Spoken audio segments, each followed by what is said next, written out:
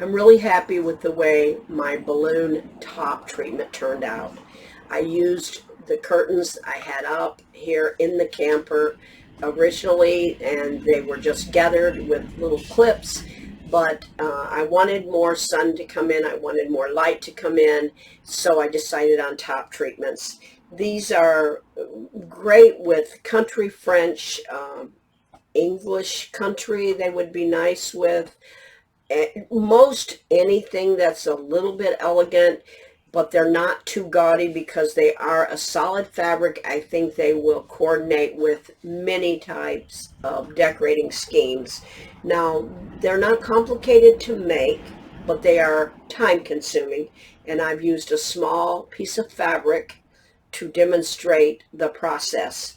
I hope you like them, and if you decide you want to do them, you have any questions, be sure and leave me a message and I will get back with you. Thanks for watching. Okay, I'm using this as an example, a smaller example of what I did. So you lay your fabric out and then you hem the edges all the way around. Then you're going to sew right on the bottom here, so you can put your rod through it. If you want a little ruffle, you'll sew here, and then you'll come down a little and sew there and put your rod through that area. Now, depending on how ruffled you want your balloon, that determines how many gathers you want.